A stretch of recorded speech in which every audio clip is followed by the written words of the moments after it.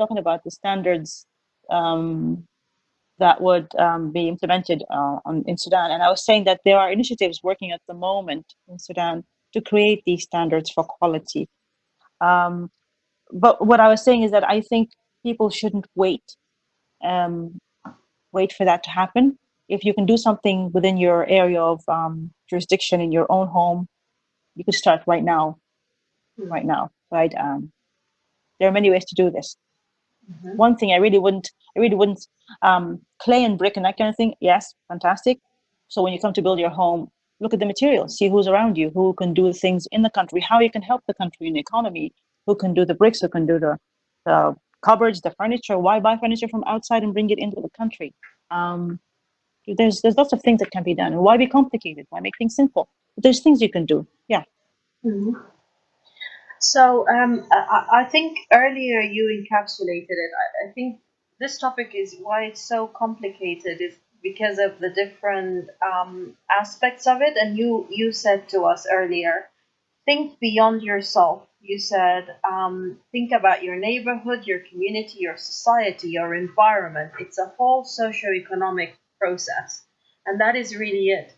Someone wrote me a comment in response to the announcement for the session and said to me, it's a very interesting session. لكن السودانية عندها many more difficult problems to resolve right now than to think of this. What would be your thought on that? That is what I get a lot. It's interesting. Architecture is, okay, and architects are seen as something that is luxurious, something that is not. You only get there when you have money and you're comfortable, then you go and see an architect, like a designer. Yeah. But design is what makes our beauty, is what makes your life worth living in everything you do, from the get-go, from the detail. It does not have to be, what are the problems people are facing right now? Food, okay. Hardship, getting money. That does not stop you from making the space you live in right now, the quality of your life right now, a little bit better.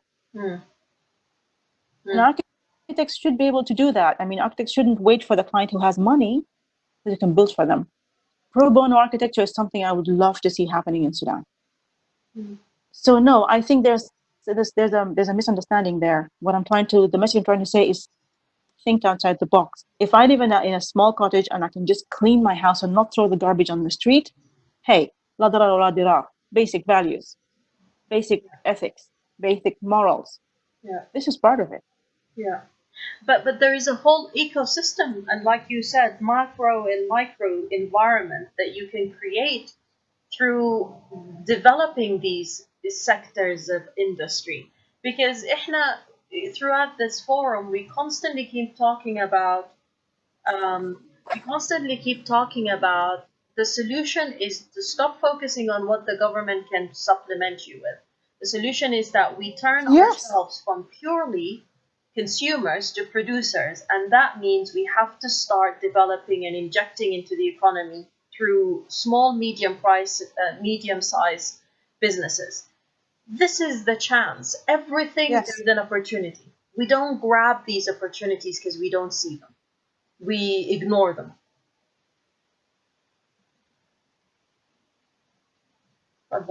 So it's breaking. It's a bit. Sorry, it's breaking. Is it my side only, or could be mine as well? Not hearing.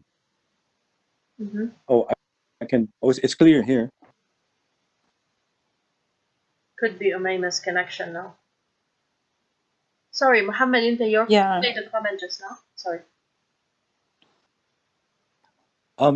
Yeah. I heard someone say, I'm not sure whether it's Ismail or Yasser, someone say that there's a government is actually right now creating built environment standards, and I'm really kind of fearful of that. يقوموا يخطوا حاجات that's so Western standards or different environments.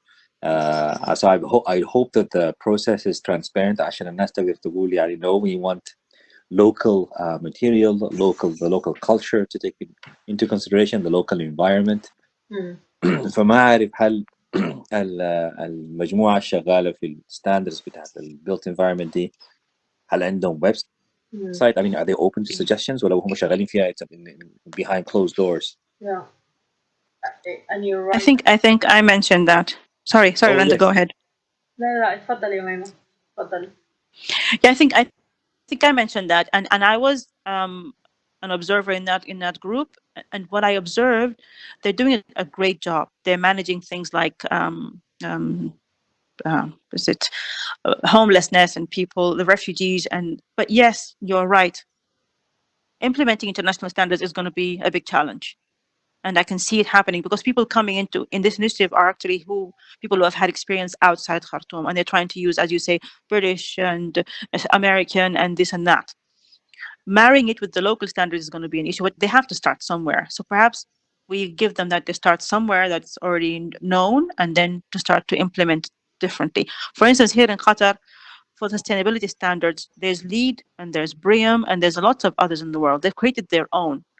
They've combined all the others and integrated their own standards to suit the climate. It's called, I think, GSAS, or Gulf Sustainability Standard Systems. So it'll take time, but there's something we can do now in our houses, in our homes.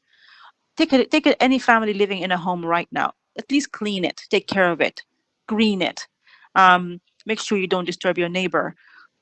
Talk to your neighbors and clean the street. It starts there, and once this starts on the ground, it'll affect the system that the government comes up with later. And this is just my theoretical view of it. Okay, so a question then. So earlier you mentioned to us, you said copy and paste design can work, but must be put into context of the environment. So it's very clear that now. But you also mentioned about the relationship between the person, like the client, and the architect. And my perspective of a designer or a creative person is that they don't just come in and tell you what you are dreaming about. The designer or that creative person, I think that they're at the height of their creativity when they are able to get into your dream or your vision, and then they conceptualize it even to the extent that it may be even better how you see it yourself. But I don't feel as people we are able to have that creativity, that creative mind. So then what is the training and what is the support from you guys who are lucky to be outside and have exposed yourself to a lot of the new concepts in design Akida? What is the link back in Sudan? What's the support? How do you guys support those architects to allow them to step in and make those big decisions for people? Salad is saying, this is a comment from my brother-in-law who went to tile a bathroom in Sudan. He's not Sudani. There needs to be a new standard of work in Sudan, which includes open-mindedness and customer-oriented attitude from the workforce. Otherwise, people will choose the Syrian or Turkish styler instead of the Sudanese one. I've got to agree with that. We don't have a lot of finesse. Mohammed, do you want to comment? Well, actually, it's really interesting. What I heard is in the people in Sudan, if you want to build jalous in Khartoum, it's very difficult to find people who know how to do it. So it seems that the absence of demand has kind of killed that talent. So that's kind of it's really sad actually إنه لو الواحد عايز يبني حاجة تقليدية جزء من الكالتشر بتاعنا الناس دي كبروا وما في تعليم لناس جداد إنه كيف تبني بيت جالوس. على فكرة it's when you start peeling as I said to Omeima earlier, you start peeling the onion, you find it's actually got أبعاد ضخمة جدا الtopic. Okay, Ismail has a comment. Yeah, go on. Omeima, you're with us again? No, I'm just saying. Yeah. Okay, Ismail. I'm confirming. Yeah. Okay, because we missed yeah, تفضل. في موضوع السكيلد ليبر في السودان، يعني البيلدرز ولا بتاع السيراميك والكتريشنز بلامرز، طبعا دي أزمة حقيقية يعني، وهي دي يعني محتاجة إنه يكون في تكون المهن دي كلها تكون ريجوليتد، يعني هو المهن دي ما ريجوليتد يعني، فافترض إنه يكون عندهم فوكيشنال تريننج والفوكيشنال تريننج في السودان كله انهار. يعني كان في المدارس الصناعيه موجوده، كان بتخرج الناس اللي افترض انهم يكون عندهم السيت اوف سكيلز انهم يشتغلوا. والمنظومه التعليميه نفسها في السودان بقت موجهه نحو خريجين البكالوريوس بشكل عام يعني. فبقى ما عندنا خريجين بتاع دبلومه يفترض عندهم يكون سيت اوف سكيلز، يعني انه يكونوا هاي سكيل ليبر يعني. فدي مشكله كبيره جدا في السودان يعني. عشان كده احنا بنحتاج انه يجونا من السوريين مثلا اللي هم مشهورين حتى في الهلال الخصيب، يعني انه هم اكثر الناس يعني مهاره في الاعمال اليدويه يعني. حتى عند الاردنيين واللبنانيين الناس اللي حولهم السوريين هم نمره واحد. ف it's a very tough competition يعني. اذا جوك سوريين في الماركت بتاعك they will eliminate the competition تماما. كمان المصريين عندهم اللي هو المدارس الصناعيه برضه يعني. وعندهم كمان منظومه بتاع التعليم متكامله للسكيت ليبر، يعني السباكين والميكانيكيه وكده. عندهم لوكال سيستم موجود بتاع المعلم والصبي، والصبي اللي هو بيترقى لغايه ما يبقى معلم تحت يد المعلم. otherwise you will never find it يعني any opportunity in the market. ما حد يشتغل لو انت اصلا عندك معلم علمك يعني. فده في السودان ما عندنا. في السودان اي واحد بيشيل عدته بيطلع الشارع بيقول انا معلم بتاع كده او معلم بتاع كده يعني. ف يعني واجهتنا الحاجات دي كثير يعني. عشان كده احنا مثلا كنا بنشتغل حياتنا كلها في البيت برانا يعني من غير ما نجيب زول يعني. فلانه بيجي زول بيحاول يشتغل تلقى نفسك انت احسن منه يعني. ف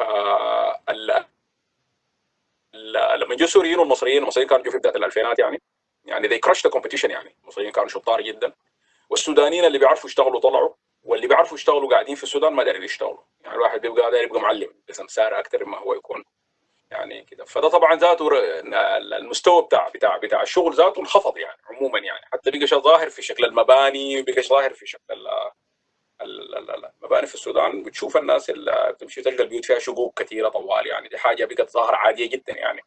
مع انه في بيوت قديمه في السودان لو انت مشيتها تلقى البيوت تمام يعني من غير اي شقوق ومن غير اي كده. ف يعني الواحد لو مشى بيقدر يلاحظ الحاجه دي. فطبعا كله محتاج لريجوليشنز تكون قويه جدا يعني. لكن الريجوليتوري نفسها في السودان على الرغم انه في ريجوليشنز مكتوبه بالمناسبه يعني، مش انه ما في يعني. انا اشتغلت في البكالوريوس كان عندي شغل في الريجوليشن بتاعت الفاير سيستمز في السودان. ولما اشتغلت في الكهرباء في السودان انا اشتغلت مع ناس الريجوليتوري برضه يعني. انا على شغل الشبكه بتاعت الكهرباء يعني. فالريجوليشنز موجوده لكن الابلكيشن ما موجود. طبعا انت عشان يكون عندك يعني it's easy يعني to write down regulation او to copy them يعني you can benchmark with any system يعني easy يعني. لكن كيف to apply them لانه what's the substitute for all these labors يعني if you are going to eliminate them from the market. مين اللي حيغطي مكانه؟ فلازم يكون في منظومه متكامله هي اصلا تكون مترابطه بحيث ان هي توفر الناس دي في السوق. والكلام ده المفروض يكون هو بالتنسيق مع الاندستري نفسها يعني انت مثلا اذا عندك بيلدينج اندستري موجوده في السودان فهم بيقول لك احنا عايزين كذا نجارين وكذا سباكين وكذا يعني ميسونز مثلا. فمن وين تجيبهم؟ فانت المفروض ذاتك كمؤسسه في الدوله يعني تكون عارف انك انت have to provide the market with this many of builders مثلا masons, carpenters, blacksmiths, whatever يعني this much every year on the مثلا span of 10 years مثلا and you will review your plan every 5 years مثلا يعني. في الكلام ده موجود في الورق يعني موجود مش حاجه ما موجوده. والناس اللي عارفين انه بيعرفوا يشتغلوا موجودين داخل السودان يعني. لكن المشكله في التطبيق طبعا لانه البلد كانت هو طبعا زي ما قلنا we were cocooned يعني for 30 years. I believe we were cocooned for more than 30 years يعني for more than 60 years يعني. البلد هي cocooned فاقد الشخصيه بتاعتها يعني. هو كله بيظهر في كل المناحي الحياه يعني مش الاركتكتشر بس يعني. مع انه الاركتكتشر هي اكثر حاجه واضحه يعني. اول ما تدخل شوف اي بلد طوالي you will be يعني faced by its beauty or its ugliness يعني. يعني فمع الاسف the latter is what you will see in Sudan يعني. I love the term بالعربي البلد فاقدة شخصيتها. It's the first time I hear it this way. إحنا we say it always in English, but I think that's a really quite a meaningful sentence. or description. Okay, Omeima, I'm gonna pass back to you. Final comments to respond to Ismail if you've got anything else to add, and then final closing comments. Anything you'd like to leave us with at the end of this session, and then outside we will need to have a conversation already because I can see this is a session that needs to be continued, I'm really keen, and I think a lot of architects will probably be keen on how do they get the mentoring maybe and support and the information. Anyway, pass on to you final comments, and then we'll take it offline for future conversations. Yeah, thank you, Randa. I want to thank you and everybody on board for their very valuable thoughts and interventions, and it's very rich discussion. I think it will have other sessions. My final comments, I guess, thank you very much for this. It's pretty amazing, but I would love people to challenge whatever is standard and what they've been used to. Just challenge it, do different, look different, and we'll work out a way to empower architects and design and neighborhoods and humanity in Sudan. That is important. I think architects don't just deal with buildings and structure, they deal with the human element. From the moment the baby is born in the hospital, they're responsible for that. So it's a big thing. It's a big thing. And thank you very much for the opportunity. Thank you. Thanks very much for stepping in. I think it's been a great session. Personally, it just opens it almost touches your senses in different ways, and it opens your mind to considerations that maybe you don't every day walk around thinking about. And it's a huge area of work. I've got to say, I will tell you a very short story. Someone sent me this video to say to me, have a look what people think about us as Sudan. Thank you, Ismail. And basically, this American guy goes around using Google Maps to pick a city and start basically just critiquing it. And he happened to be critiquing Khartoum, and he was saying the most awful things. How ugly the city is, how dirty, a lot of things that are just really wasn't nice for me to listen to. But this is the perspective we put out. And actually, I think Khartoum is one of the most beautiful cities, and can have this. It can be turned into an absolute metropolis, I think, with the right strategies and the right mindset. But anyway, to be continued. Thank you very, very, very much. Thanks, everybody. Apologies again for the technical issues. I'm going to resolve them and ensure we don't have that in the future. Anybody's got any lasting comments, please jump in. Take yourself off mute. But thank you so much, and see you in the next time. Cheers, guys. Take care.